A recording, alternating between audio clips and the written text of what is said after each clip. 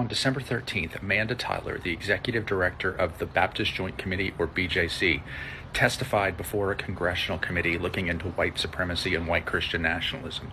Here's a few clips of what she had to say. Christian nationalism is a political ideology and cultural framework that seeks to merge American and Christian identities. It suggests that real Americans are Christians and that true Christians hold a particular set of political beliefs. The Christian in Christian nationalism is more about ethno-national identity than religion. Christian nationalism is a gross distortion of the Christian faith that I and many others hold dear. Opposition to Christian nationalism is not opposition to Christianity, and a growing number of Christians feel a religious imperative to stand against Christian nationalism. Christian nationalism uses the language, symbols, and imagery of Christianity. In fact, it may look and sound like Christianity to the casual observer. However, closer examination reveals that it uses the veneer of Christianity to point not to Jesus the Christ, but to a political figure, party, or ideology. Christian nationalism often overlaps with and provides cover for white supremacy and racial subjugation.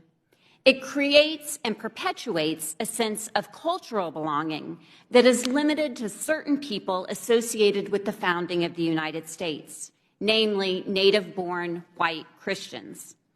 Christian nationalism is not patriotism.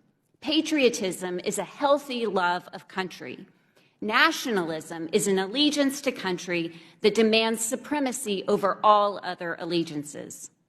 Christian nationalism relies on a cherry-picked and misleading version of an American history in order to thrive.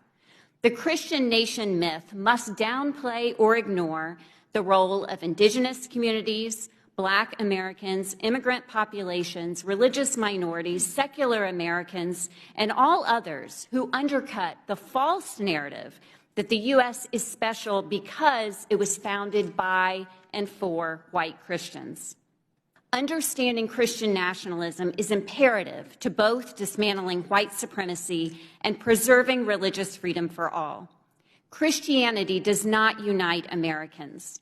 Our belonging in American society must never depend on how we worship, what we believe, or how we identify religiously. Do not allow anyone to say that confronting Christian nationalism is somehow anti-Christian.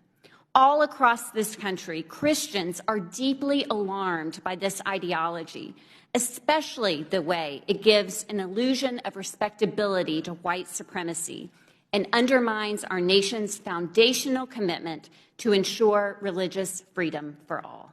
The problem of white Christian nationalism exactly fits with our mission of defending and extending religious freedom for all people. And that's because Christian nationalism strikes at the heart of the foundational ideas of what religious freedom means and how it's protected in this country. And that, of course, is with the institutional separation of church and state. Now that you've seen it, please share, favorite, comment, etc. Whatever we can do to help get this seen. We only know how to fight this when we know what it is, and Ms. Tyler just spelled it out for us.